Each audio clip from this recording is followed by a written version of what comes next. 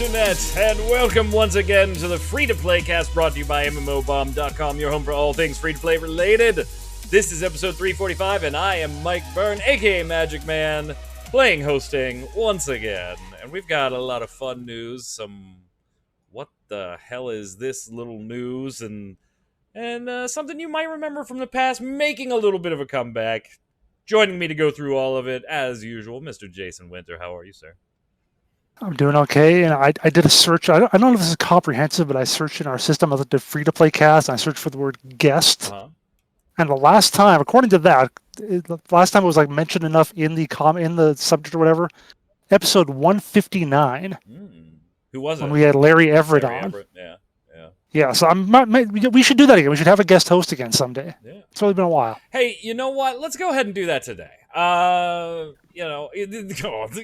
of this was none of it was planned. This is all just off the cuff. Jason just had an idea, and I said, let's do it. Yeah. Also on the line, guest hosting today, welcome, Mr. Marty Budke Jr., a.k.a. Martz. How are you? Oh, I'm all right, man. Had pizza Pringles for the first time in 15 years today while I was checking off my 2020 bingo card. So. trying to win and hopefully save up enough money to buy all the DLC for Sims 4 on Steam. Yeah, it's only like 500 bones. Yeah. Don't worry about it. That's just half off. Yeah, though. Right. Hey, we're not going to talk about the game today, but this is definitely the episode of Occupy White Walls, apparently. Yes. You both have matching white walls. We've got to get you gentlemen some posters or some shit. So that... Yeah, in fact, he's sitting right over there. No. Yeah, you're in the same house. All right, Martz. So when we have guest hosts on here, by the way, Martz is somebody I've known from, and Jason, you've known and interacted with since our days at Game Breaker. Martz has done some podcasting, some guest hosting there on various Game Breaker events, streaming shows, things like that. Did his own thing after Game Breaker went kaput. So, Martz, we've known you for quite some time here, and you're, of course, lovely Steelers hat. You don't live there anymore, but you are a Pittsburgh. You are a Pittsburgh native. Oh yeah, I miss it. Well, here's the way it works. Before we're allowed to go on the news, some of you newer MMO bombers may not know this because most of the host rotations have been constant hosts that we rotate in and out, Troy and Zach and people like that. So it's been a while since we had like a brand new guest host. So here's the way it works. Before we're allowed to go on the news, we got to ask you two questions, Martz. First off, the game that got you into gaming in general. Doesn't have to be free to play, doesn't even have to be an MMO. What was the first game that really, this is a hobby I want to do a lot of? I gotta say Final Fantasy X. I played that for hours and hours and hours. Used to speed run it with my buddy weekend, see how far we would get. And I think that, and with G4 being on Comcast, I think back in 2001 or 2, that was just like, following all that, I was hooked after that. I mean, I had played games before that, but just that's when like it all started with, I forget what generation of systems that was too, though. But PS2. Yeah, that was the PS2 era. I remember I worked at Best Buy when that came out. It was just after I was married, so I remember that one. How about then the second question we always got to give you?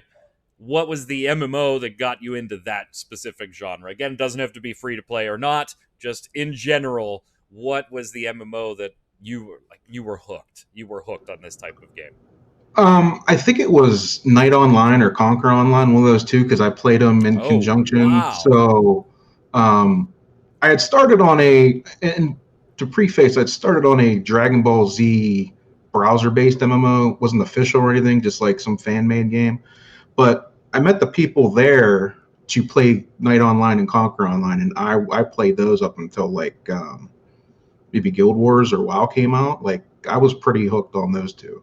Wow, Jason, were you a Conquer Online guy? No, never played it. No. City of Heroes is my first real MMO. Yeah, I knew that was like the one you jumped into the most, but I figured like Conquer might have been something you would have gone back after finding out what was there. All right. Well, welcome, sir. We are glad to have you. Let's slide over and get started with the news. All right, so first up, you might have heard of this game a while ago. as in 2013, 2014.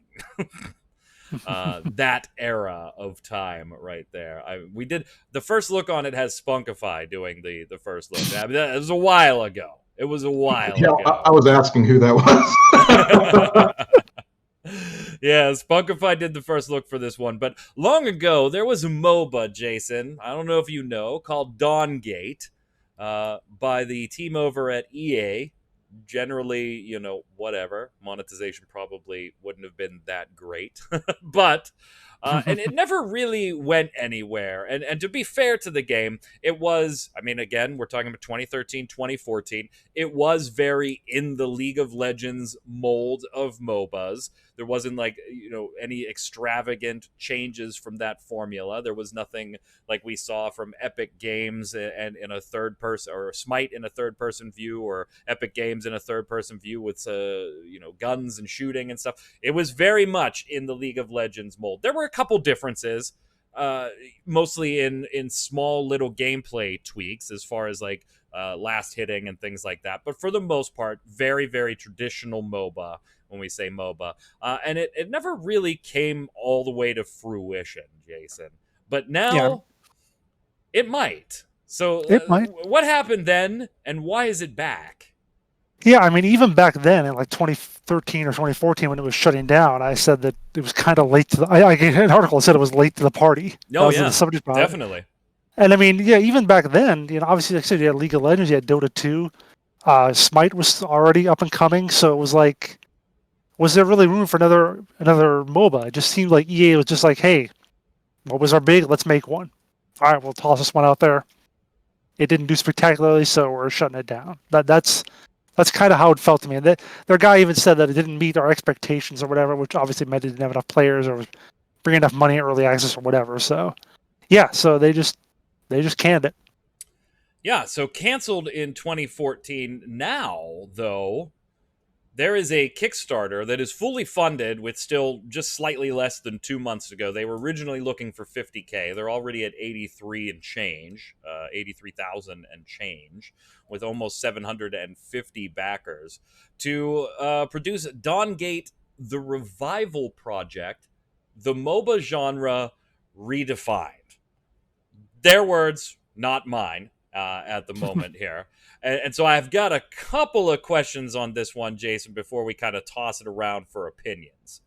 Because you did get a chance to kind of chat with the people behind the game, the Kickstarter, Todd Wolven, from Wayfinder Studios, the team that wants to do this. And one, there's some challenges that we'll get to in a second. But two, I got to ask, one, why? Out of everything, hey, we're going to bring something back that people liked. I don't even think this was really around, from my memory, long enough for a lot of people to go, oh, it's a real shame that shut down.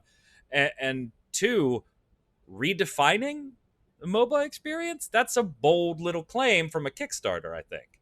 I seem to recall they had some unusual equipment aspect to it that we thought was a little different. That was the only thing. But yeah, basically, like when he talked to me, he said they're just enthusiasts. He said that he and the rest of the people at Wayfinder, which is not a company that's sitting in offices or whatever. They're spread out over several different countries. Only about a dozen of them right now. So they're not some sort of big money company with salaries and so forth. I don't even think they have a website right now. It's just a bunch of guys who want to remake the game, but they're just passionate about it. They liked Dawngate when it was out before. Sad that it left, and as he says, we all just want to play Dawngate again. Yeah, we don't. The world. What did you say? The world does revolve around money, but we really don't care about that. We all just want to play Dawngate again. So that's what they are. They're just a bunch of people who love the game and hopefully have the skills to actually bring it back. Yeah, it's got that very City of Heroes feel to it. I mean, obviously on a much smaller scale, right? But a group of people that really just like the game and might be able to band together with a certain skill set to bring some type of version of it back. Now, on a smaller scale and hopefully legally. Right, and hopefully legally. We'll get to that in a second. Martz, I want you to chime in on this one, though, because I'm not a MOBA guy. Everybody on the free-to-play cast that watches the free-to-play cast knows that. I dabble at best in a couple MOBAs. I just barely remembered this one when we saw the Kickstarter. Did you play Dawngate back in the day, or were you familiar with it? What are your thoughts? I was the social media coordinator for Mod Nation for a few years, and I've never heard of this game until today. So, I'm reading up on it. I don't even think it made it out of alpha or beta, to be honest with you. Like, I think, or whatever they were calling it back then, early access or whatever. Yeah. I was a little surprised, but looking at it, like, I think it's a little too. I mean, there's fans for every old game back right now, but this is just blasphemy in terms of bringing this one back to me, in my opinion. I mean, so it was, looking back at the old articles, it was 18 months of development, 6 months of open beta when it was decided wasn't up to snuff, and that they were going to close it down. And we're getting comments on this piece like, why would you bring this back? And out of all the things that are out there, really another MOBA? The MOBA market's kind of done its thing. The big dogs are the big dogs, and they're just going to be the big dogs. Or hell, just make a Dawngate 2. Why go remake the original and stuff like that? And there are some concerns here, whether you want to do Dawngate, Jason, or Dawngate 2 or anything, is first off, you don't own this. You're talking about exactly the same situation that City of Heroes is in. And they're fans that are reconstructing all the different City of projects, that they don't own the IP. Now, we know there's some talks that might be happening on that side. Are talks happening on this side with EA? Actually, they are. And of course, this is, when I sent him a couple questions last week after he contacted us when we did the article, I sent him a few questions, and I sort of thought of them in terms of that other Indiegogo for Marvel Heroes from a couple of years ago, which was a little less legitimate.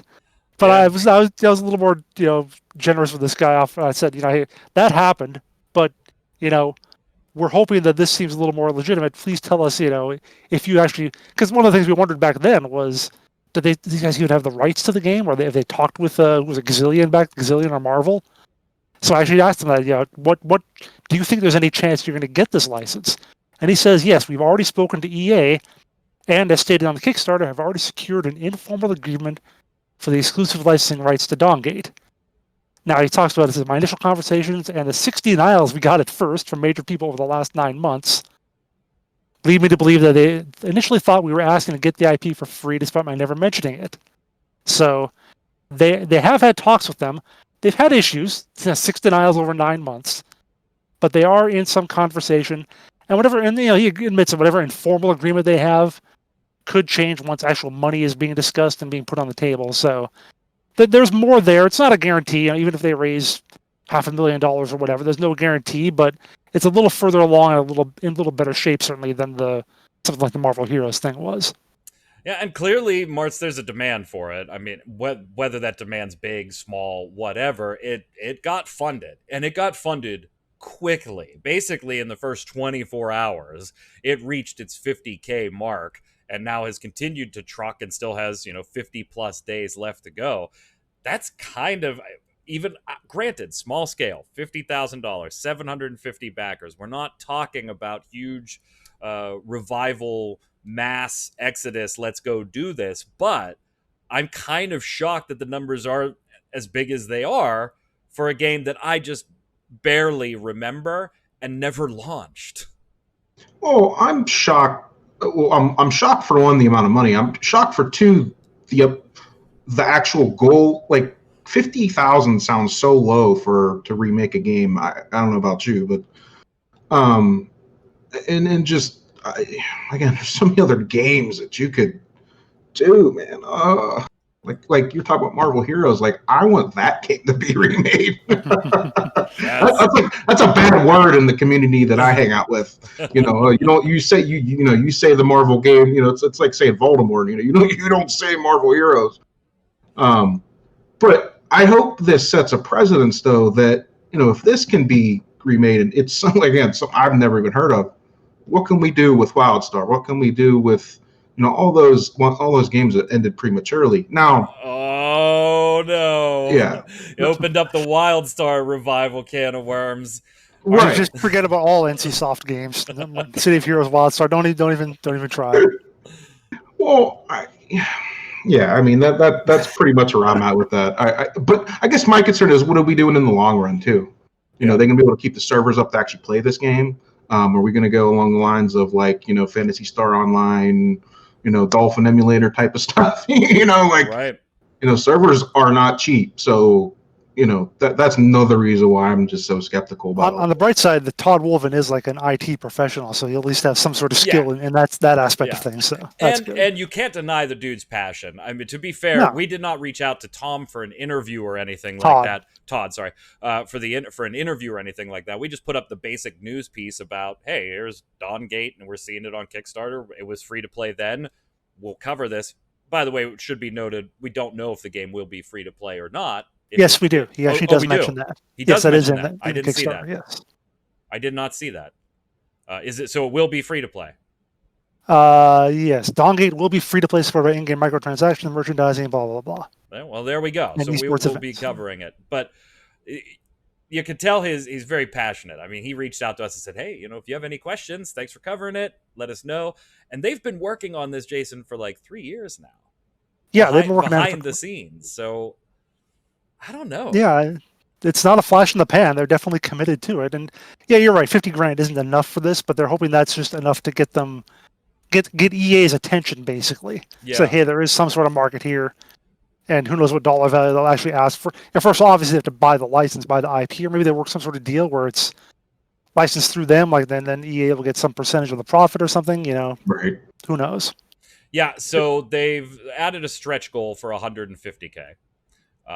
So that makes sense. Obviously, they funded, and they do have on their little stories, their little updates and everything, that they've already secured an informal agreement with EA for this licensing.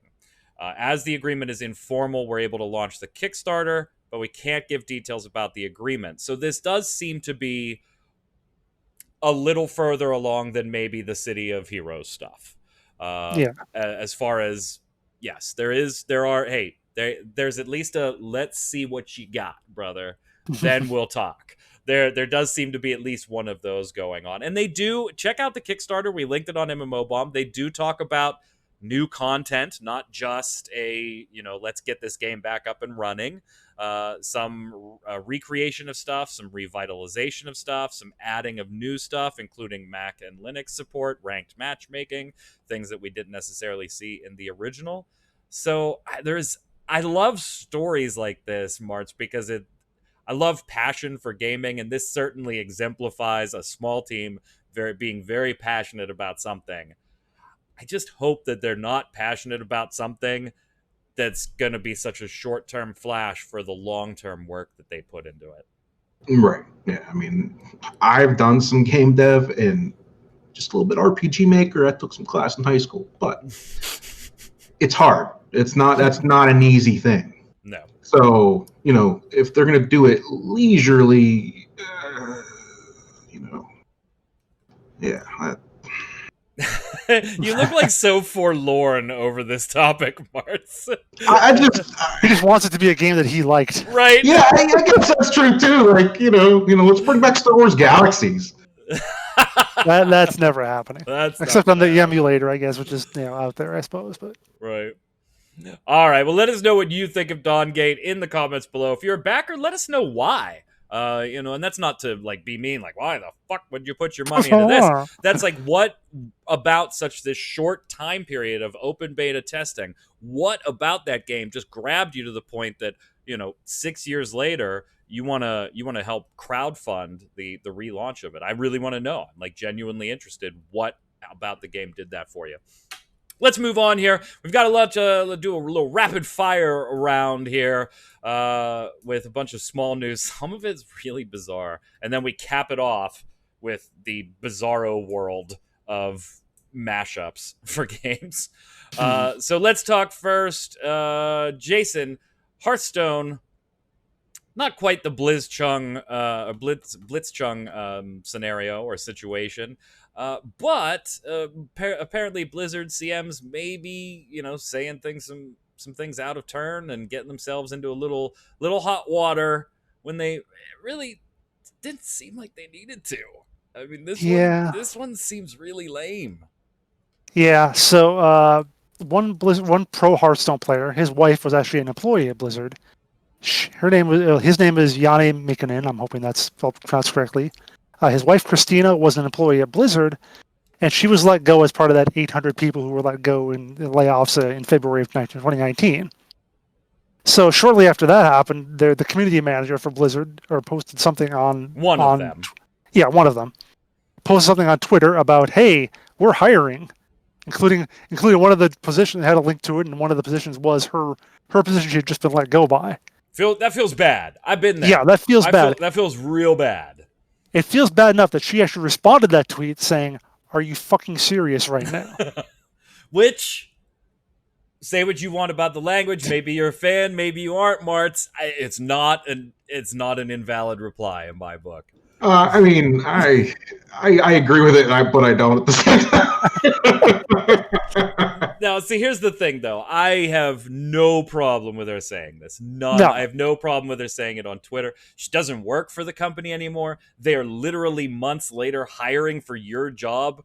Presumably, you weren't given a call that said, want to come back. Otherwise, she wouldn't be surprised by this, the fact that they're bringing them back. I have zero problem with her saying that. And if I'm Blizzard, at that point, Martz, I say nothing. That's the end of the story, right? You know, I understand why she's upset. I understand why she said, are you fucking kidding me? If I'm a community manager, or if I'm at Blizzard, that's it. No reply. We're done, moving on, right? It's a much smaller story. In fact, it's a no story when that happens. But is there more to the story we don't know? And that's why. Oh, there is. Like that's my thing. Like, everyone wants to play the victim, but then what's the actual whole story? She's not playing a victim here. She, like, even if there was something, like, let's say there was some reason Blizzard did not reach out to say, hey, you want your job back because we're gonna hire it. Let's say there was something behind the scenes that Blizzard didn't want her there, or that she couldn't come back, or I still don't think that changes anything as far as her saying, are you fucking kidding me? You're hiring for the job you laid me off for X months ago. This really should, from a customer service standpoint, you just don't reply. You just leave it alone. Yes, she's angry. I know why. I may know there's more to it if there is more to it. Just don't reply. How hard is this? Yeah, I don't know what they're thinking. I know you did CM work. Well, okay, fair enough. But,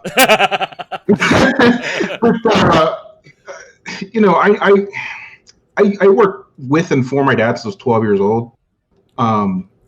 And everything I did was a reflection on what he would do. And if he would do something bad, I was always blackballed. So I kind of look at it in that perspective where, there has to be something that she did to where they're blackballing her husband from not participating. So it's... The thing is, even if she was a horrible person and spit on her boss's dog or whatever. Which, by the way, we have no reason to believe she is. Sure, because there were 800 people who were let go, so they were probably all not terrible people. Yeah. What effect should that have on her husband? Which None. We'll get to here. Exactly. Zero. So that's where I kind of wanted to take this, Jason. Her comment alone should just, as soon as Blizz sees that, CM, even if it just makes you personally angry, maybe you knew her, maybe you didn't, whatever, and you're just like, oh, come on, why are you replying? You just walk away. They didn't. They decided to reply. And then it took a weird turn because then they weren't really replying to her. Yeah. So apparently this week, her husband, Yanni, who's a Hearthstone pro player, was going to participate in a Battlegrounds Brawl event, and he was told that he couldn't. And he says here, or rather, Christina posted, she said, I'm just going to say it because it's affecting my husband's mental health. Blizzard is currently blacklisting him from events because I spoke out against the company and offended the CM by responding to their tweet with, are you fucking serious right now? So Yanni quote tweeted that and said, this is the reason that was given to me when I said I wanted to play this event. My wife was part of the 800 layoffs and she spoke up about the unjust practices of the company. I was told I am a liability because of who I am married to. Now, Blizzard denies this portion. Mm-hmm. They say that that they did refuse to, or they did exclude him from events, but they say it was because he refused to comply with a request for confidentiality. To which Mikanen then replies, "No NDA was ever brought up in our discussions. What are you talking about?" To date, he's received an apology from the community lead and is now allowed to attend events, and his wife is allowed to accompany him. So gracious of you, Blizzard, to let somebody bring their wife somewhere. How awesome. Yeah. It's just a bizarre ass situation that I think got way out of hand. Honestly, and this is just outsider, I don't know anything on the inside about any of the interactions between these people besides what each of them have said publicly on Twitter and social media. It just really seems like one CM got a little angry at somebody and snapped off with something they don't have the ability to enforce. And now Blizzard itself is the one kind of stuck holding the bag for the bad look on this one, Martz. Yeah, I mean, it does look pretty bad. I mean, especially how Blizzard's been the past, I would say, year or two with all the stuff they've been doing in terms of Hearthstone people and whatnot. But yeah, hopefully they get that squared away, because it just doesn't make sense. And I'd like to end the story there, Jason, but apparently this wasn't the only time this very, very similar sort of thing happened. So maybe attributing it to a CM just snapping off and Blizzard being stuck holding the bag isn't all that accurate. Yeah, apparently another content creator goes by the name Zeddy said that he was also someone who was a little salty in some of his early videos. And the exact same community manager who had an issue with the Mikanens apparently got in touch with him, told him to tone his act down a bit. He did, and still was being told that he couldn't participate in like pre-release events and so forth, like content creator events, like, hey, you can have a card reveal or something like that, stuff like that. So, yeah, that person maybe needs to be looked at a little bit. Yeah, good old Blizz. Good old Blizz. Yeah. All right, Lord of the Rings Online. Of course, we have the sad passing of Sir Ian Holm recently. And so, of course, we kind of expected that Lord of the Rings Online would do a little something to kind of honor his memory. Died at the age of 88, played Bilbo Baggins in the movies, if you don't know. The dev team did do something. They extended the Baggins birthday event until the 23rd, so just recently finished. And the Spring Festival is going to run all the way through the 29th as well. So, I mean, kind of weird that, the Baggins birthday event was going on when that happened. It's like one of those odd coincidence things. And of course, Jason, Lord of the Rings players, we've seen this before for other reasons, for other celebrity deaths or community-related deaths too. The players have been stopping by the Shire and setting off fireworks and talking to the Bilbo NPC. And very cool. I love things like this. I don't know why. I think they're just very, very, very cool. So, did you partake, or you don't play Lord of the Rings? It's been a while since I logged into Lotro. Yeah, so you weren't paying your respect. No, but I've been to other events where there are a lot of people gathered together, and you have people playing music and doing all sorts of stuff like that. Because Lotro has an incredible music system if you can get into it. Yeah. So yeah, and I'm watching the video right now. I see people gathered around and banging and playing music and just hanging out. So that's really nice to see. Martz, are you a fan of these types of things, or do you think they're a little bit like hokey sometimes?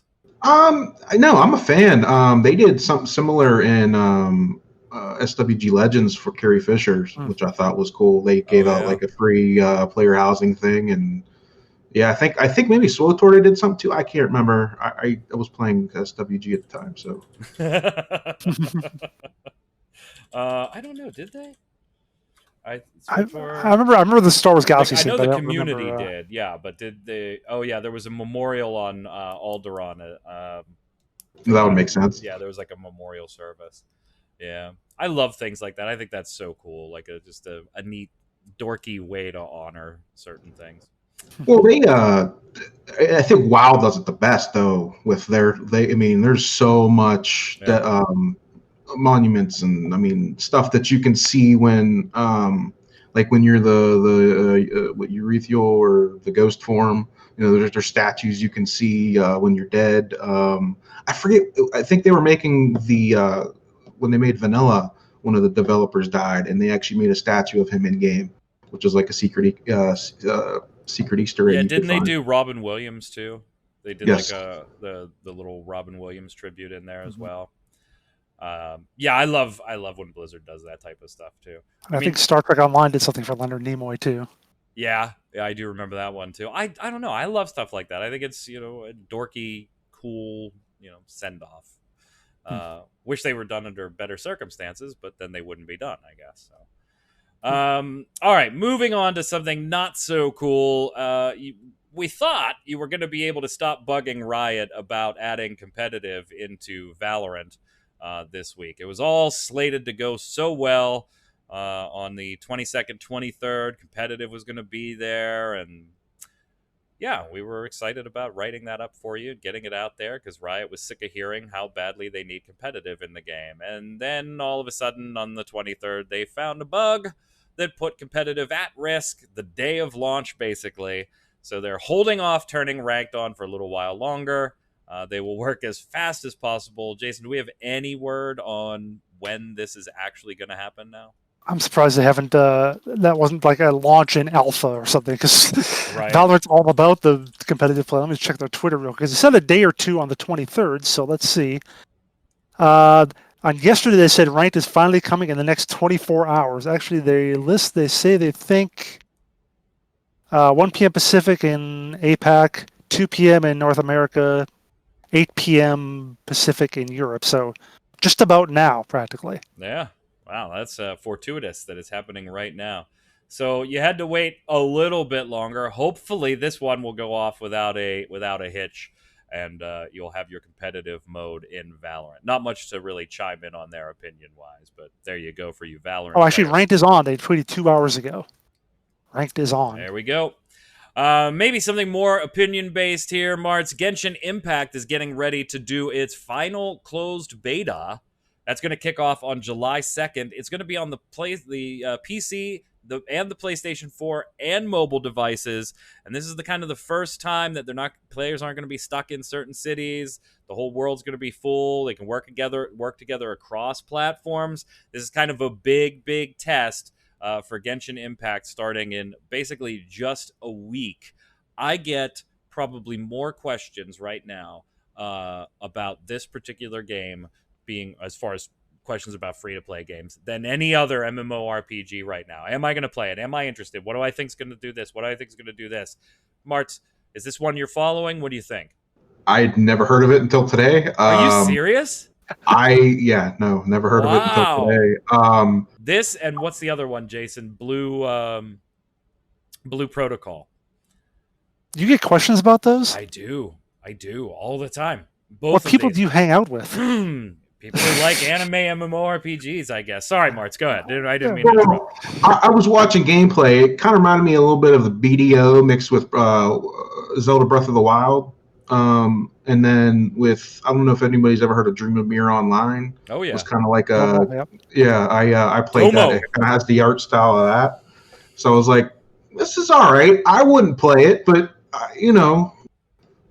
it's, I like BDO, so, maybe I'd give it a chance, I'm looking forward to at least trying it. Jason, it's got that same thing for me that I talked about on last week's show when we talked about V4, is that once you introduce full crossplay with mobile, I automatically question what the game itself is actually meant to do. Because, like, if you have a mobile app or a mobile companion, or you can boot up a mobile link and go do this, and this, but you can't do this type of stuff. Like, I question how limited and interesting the game is going to be when you do sit down at your computer and play it, or you do sit down at the PlayStation 4 and play it, knowing that it is got to be limited in a lot of ways to maintain that cross-play functionality with mobile and what you can actually do on mobile. So I have not personally played this one yet. I'm not under any NDA or anything like that, so I'm not talking out of turn. I'm just speculating. I always get that cautious red flag up when I see mobile full crossplay. Yeah, and I like the look and the aesthetic of I do too. anime-based MMOs, but I just hardly ever like playing them. All right. It's like I'd like to try it out, but I just have a feeling I'm not going to. I will probably be the one checking this one out then, and doing a first look on it when we get some access to it. Jason, you still be doing a Unfortunate Spacemen first look probably. Oh yeah, well we have to. Yeah, we'll have to try that out tomorrow. We'll be streaming that tomorrow. Yeah, so if this will go up before the stream. So if you are bored, come on by twitch.tv/MMOBomb. Yeah, pause this video. Stop watching now. Pause right now. We stream every Monday through Friday at 2 p.m. Eastern, some type of free-to-play game. And tomorrow we'll be doing a community stream with a bunch of people hanging out in our chat. We'll be playing Unfortunate Spacemen, the newly converted free-to-play game. And then look for a first look on that one sometime next week. Martz, are you an Avatar The Last Airbender guy? I never got into it. You know what? They just added to Netflix, and I started watching. I'm like, how did I miss this back in the 2000s? I'm like, this is great. How did I not watch this? Yeah, my oldest son, when he was younger, like he had just a huge aversion to this show for some reason. Like we would put it on just to irritate him. I have no idea. Oh, wow. Like I never watched it or anything, but for some reason he just hated this damn thing. But yeah, if you were a fan or are a fan of the Avatar The Last Airbender, a nifty little cross-promotion happening in Smite, where you can pick up a number of different skins for different heroes. Not just Avatar The Last Airbender, but also from The Legend of Korra. This is the partnership, covers through three of them, Aang, Zuko, and Korra. They're going to be included in the July 2020 Battle Pass. There's going to be a skin, a regular skin, and then a prestige track skin for each of those. And of course, Jason, the number one complaint is why X favorite character wasn't put into this. Well, Appa is the best. I mean, you had to include Appa. Anyway, enjoy your cross promotion. I actually think this is kind of neat, even though I'm not a huge fan of Avatar. I honestly have never watched a full episode. I like Smite, so it kind of best of both worlds for me. I mean, I don't play it often, but it is a good game, and that's a good cross promotion. Are you buying do you buy the Battle Pass? I think I bought it. Yeah, it was a while ago. You typically buy them for each season? Oh, I didn't know they were seasons. So no, then it's been that long. It's a battle pass. That's how it works. well, when they launched it, it was you bought I thought you bought the thing and it gave you all the future heroes for free. Unless that was that's the different thing. Yeah, we're talking about like the seasonal thing, the seasonal battle passes. It's been a while, guys. Not the Founders Pack. Okay, it's all right. Not the Founders. Right. You're thinking Founders Pack. We're talking Battle Pass. Pack. All right, before we move on with some other weird stuff, Microsoft deciding to drop Mixer. And boy, did that just happen. I mean, it was just, it was there 1 second, and then the news broke that it's not going to be there the next second. They're going to try to migrate a bunch of stuff over to Facebook Gaming. I'm sure that's going to go well. I'm sure that's going to be just fine. The real question and why we covered it here was, of course, Ninja, particularly Ninja in Fortnite, but also Shroud and those big high-profile contracts that they were issued to sneak them away from Twitch to try and get Mixer up off the ground a little higher than it already had been when it was Beam way back in the day. And so here's the answer. What happened there? According to sources, Facebook offered an insane offer at almost double for the original Mixer contracts for Ninja and Shroud, but loaded Ninja and Shroud said no and forced Mixer to buy them out instead. Ninja made approximately $30 million from Mixer, and Shroud made approximately $10 million. Ninja and Shroud are now free agents. I love that term when we're talking about streamers. They're free agent streamers, Martz. This is stunning and staggering amounts of money. It's ridiculous. This is awesome. I love that they declined Facebook. Right? Well, the only people that I know even stream on Facebook is Epic Mealtimes. I'm not really surprised. Those guys in forever. Yeah, I'm not really surprised they turned it down. Now, will they go to Twitch? Who knows? I'm Where else do you go? I'm Yeah, gonna no throw it. kidding. I'm gonna throw YouTube? it. Well, what if Ninja just streams on his own website? You know, I mean, you don't can probably know. make more money that way, right? Well, maybe. I don't think money is a concern anymore.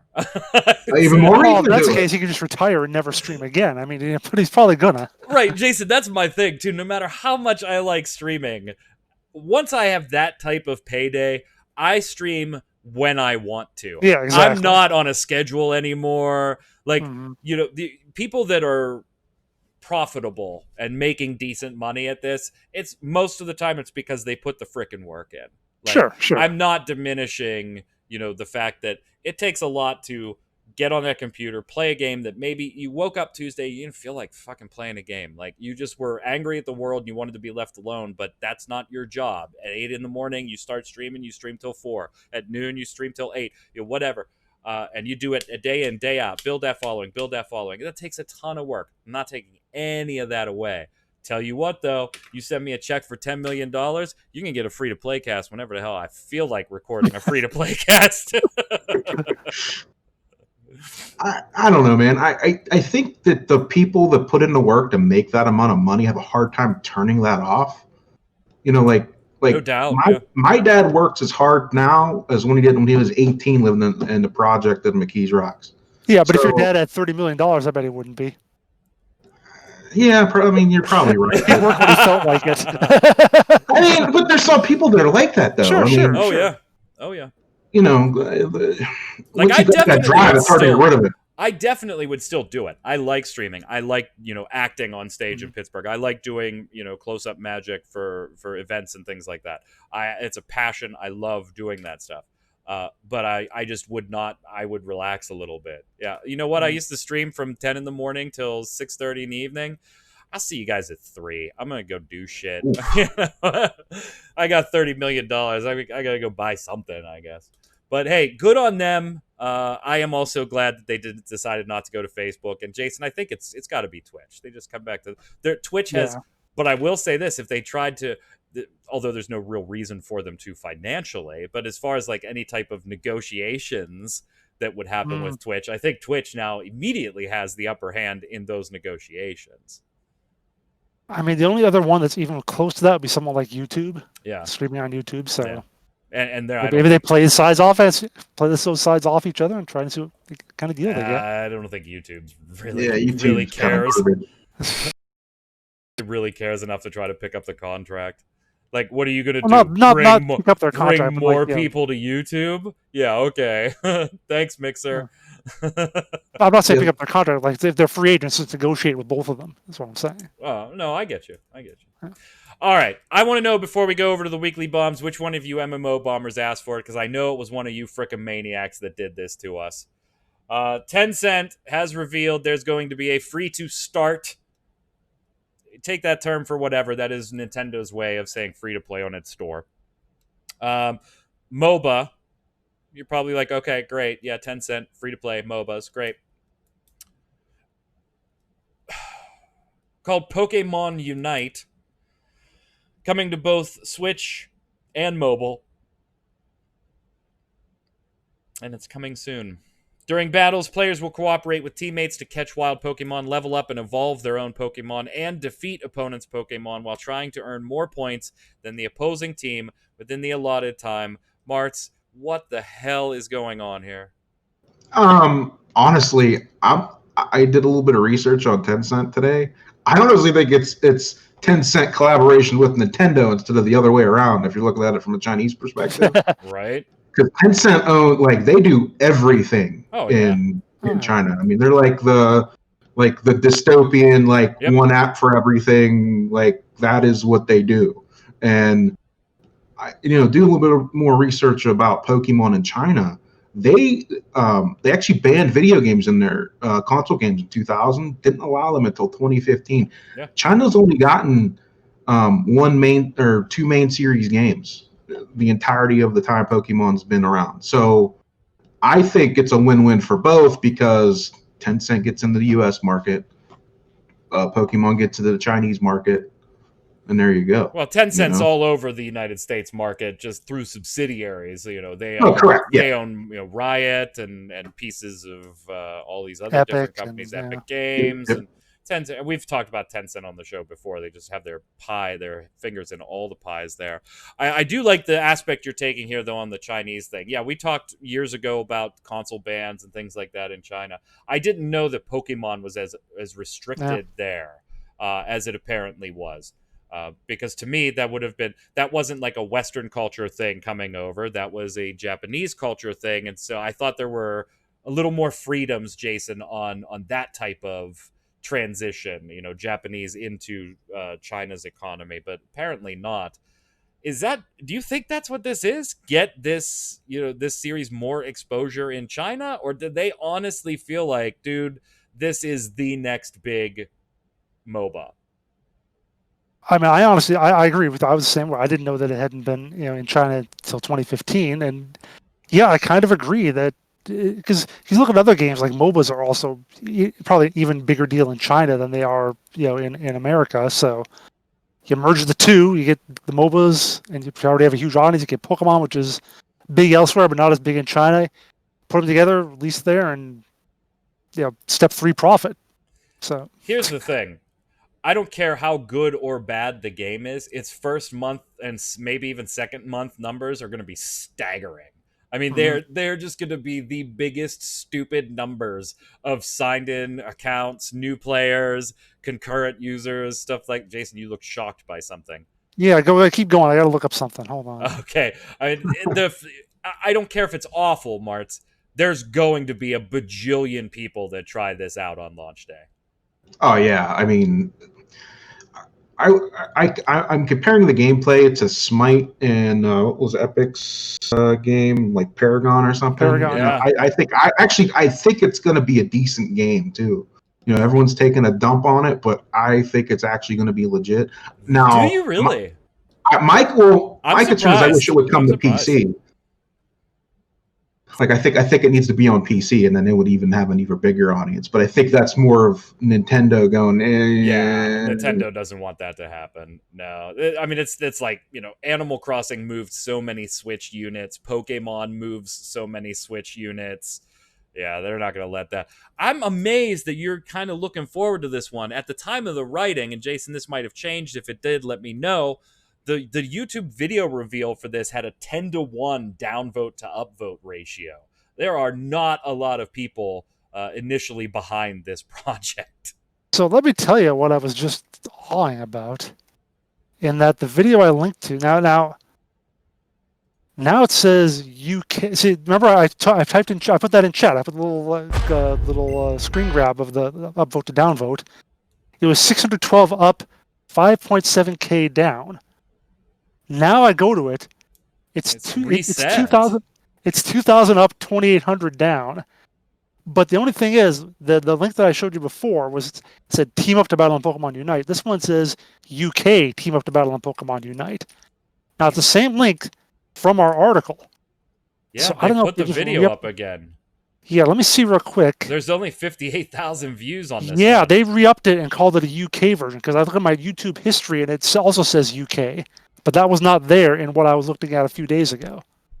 There should be 2, I would think, because I know Pokemon Company normally posts 2. But I'm saying what's in my history from when I looked at it before, and it just said team up.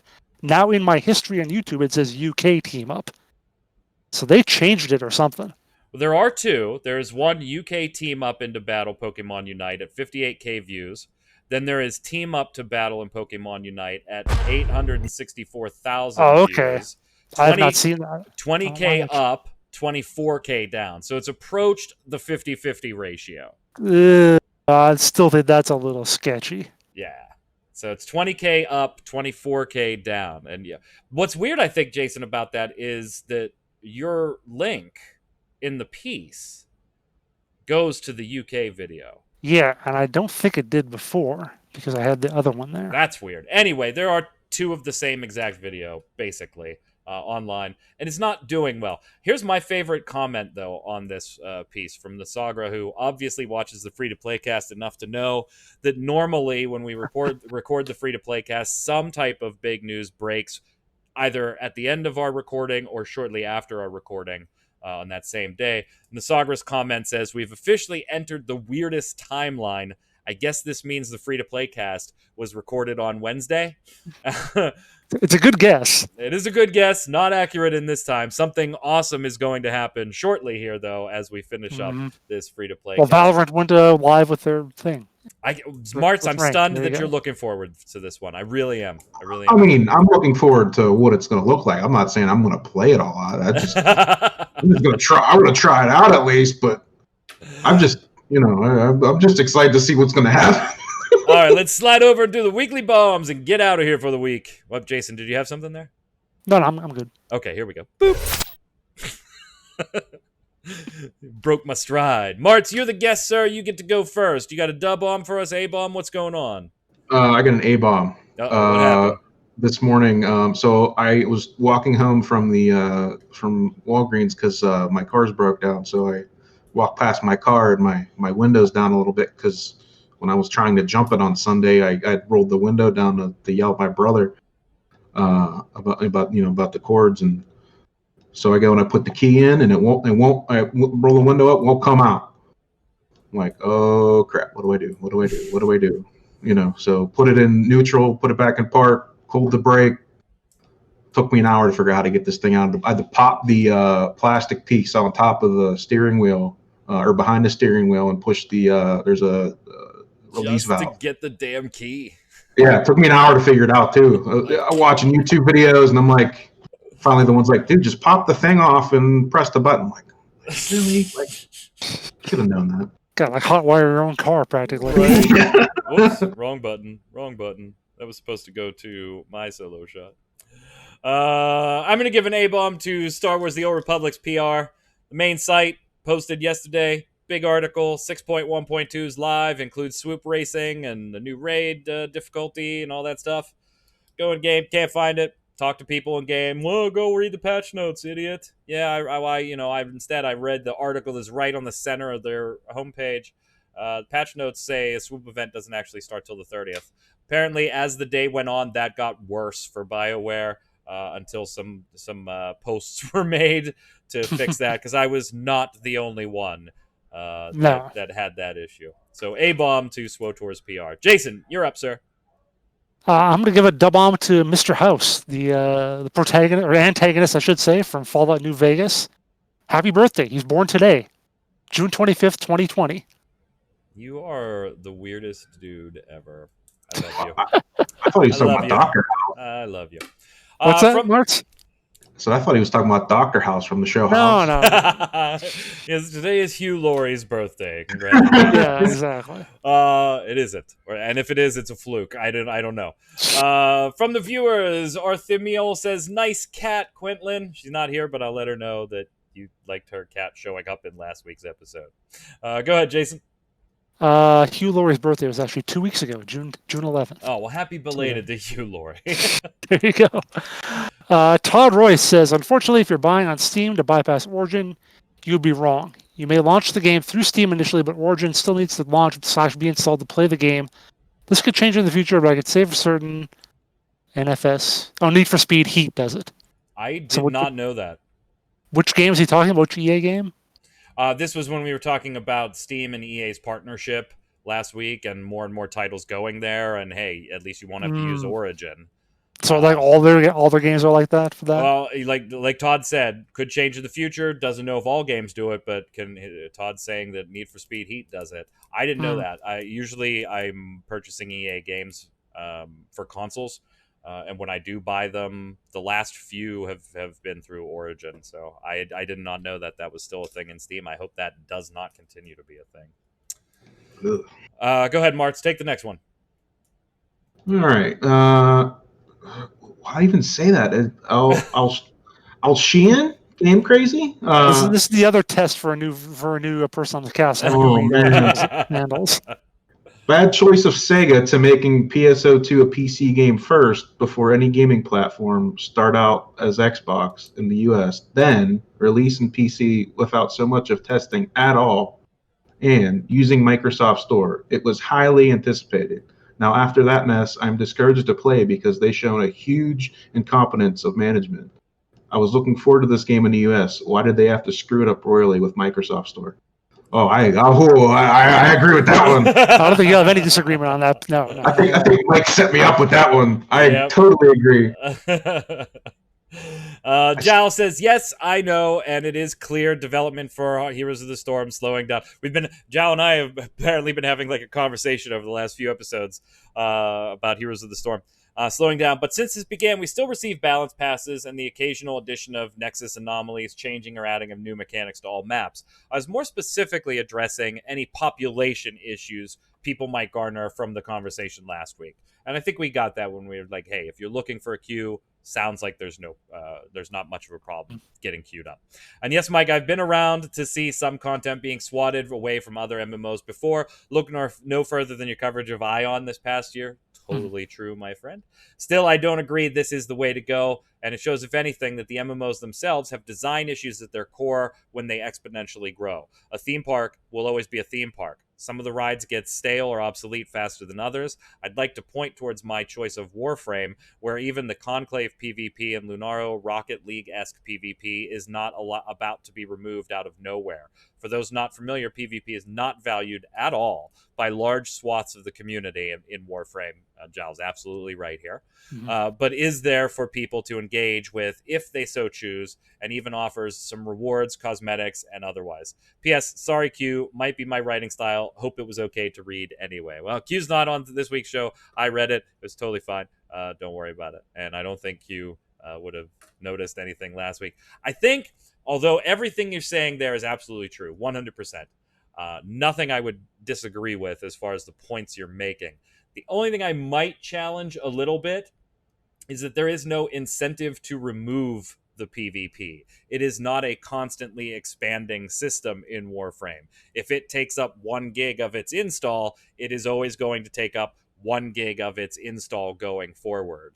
They're not adding new maps. They're not adding all kinds of new things to it. They're not adding new architecture on top of it in the way of loot and support and systems and scoring and stuff. It is what it is, and that's it. Where I think Destiny's, they're going in a bit of different direction with their stuff. So that's kind of maybe the only pushback or challenge that I would give, Jason, is I don't think the comparison's entirely apt.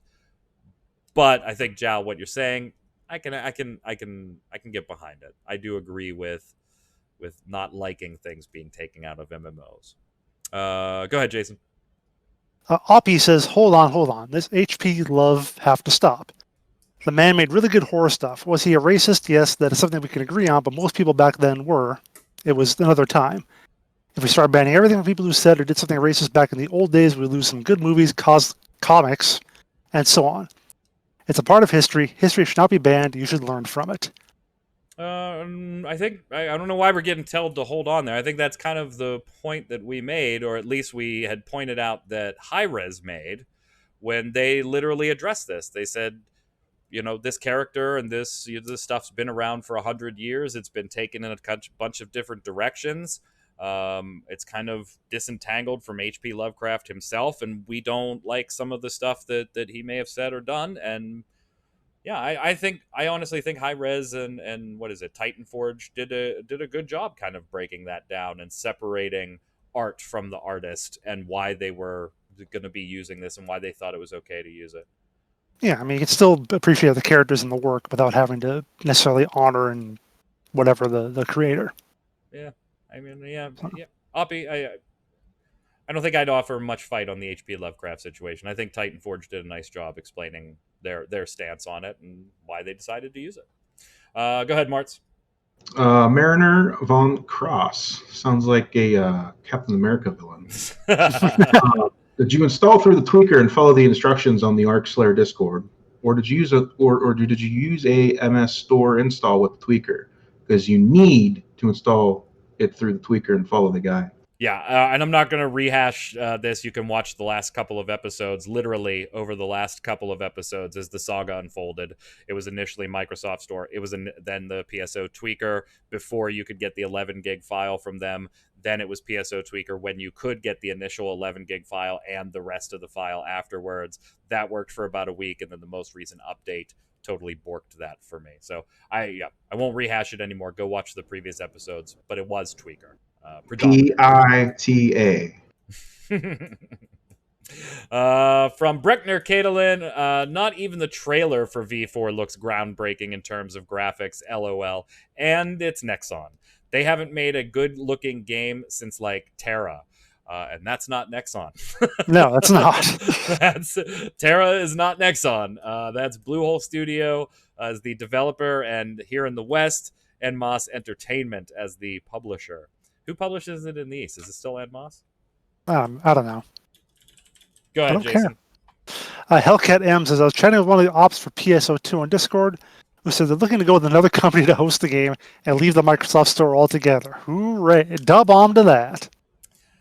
That's interesting. I had not heard that one yet. Obviously we saw the little thing in the reveal in the trailer that it was coming to other PC platforms, but I had not heard Hellcat, and I don't know where you're getting the info, but I hope it's right. But leaving the Microsoft Store altogether was not something that I had heard. Question of the week. Last week, what are your initial thoughts on Icarus? Does it sound like something you would try out? Why or why not? This is the shooter in space game by our friends Dean Hall from DayZ fame. Gesley says, about the Icarus game, at first I had the same thoughts as everyone else about how he didn't finish his games, etc. and was generally not interested. But when I started to hear feedback, opinions from others, that concept started to remind me of another game. It's not free to play. The way he explained gameplay reminded me of a game called Escape from Tarkov. Got really popular on Twitch with Twitch drops and big streamers playing that game a lot. Escape from Tarkov is usually at top 5 to 10 of watched games. So about gameplay, jump in game, shoot and loot everything and everyone, bring back goods from your session. If you die, you don't get stuff and lose gear, which you bring which you lose the gear that you brought with you. Boy, this sounds like Vigor, which I was about to say. That's exactly what I was thinking of. Monday. I got curious if that's what he's aiming for, to copy that concept for his game with different theme and twists here and there, because Escape from Tarkov, as far as I know, is really different from other shooters because of that gameplay concept. I've said before about my internet, my only option, or my only opinion, is 4G, I think you meant option there, is 4G mobile internet, which is decent, but not stable, and loves to drop speed on a lot of holidays and evenings, and sometimes when it feels like I'm downloading something. For Q, it would be a long move to Latvia just for internet. And Gesley, that sounds a lot like Vigor, which I streamed on Monday, which is an Xbox One only free-to-play game. Go ahead, Jason. Rigery says, question of the week. To me, Icarus looks like what he wanted DayZ to be before it got popular and died. I'll just watch to see if it gets better, but from what I've seen, it looks like another Hey, I Made Minecraft with Guns clone. Damn. I don't even know what he wanted DayZ to be. Good call. I don't think even he knows anymore. Finish it up, Mart. Ninja Pandas, question of the week. I'll probably give Icarus a bash since it gives off the forest feel, but I'm wanting to see a bit more gameplay information before I make a definite decision. So an Icarus fence sitter, as it were. Our question of the week this week: Pokemon and MOBA. All right, I know it was one of you maniacs that did it, so I'll give all the other MMOBA maniacs a chance to chime in.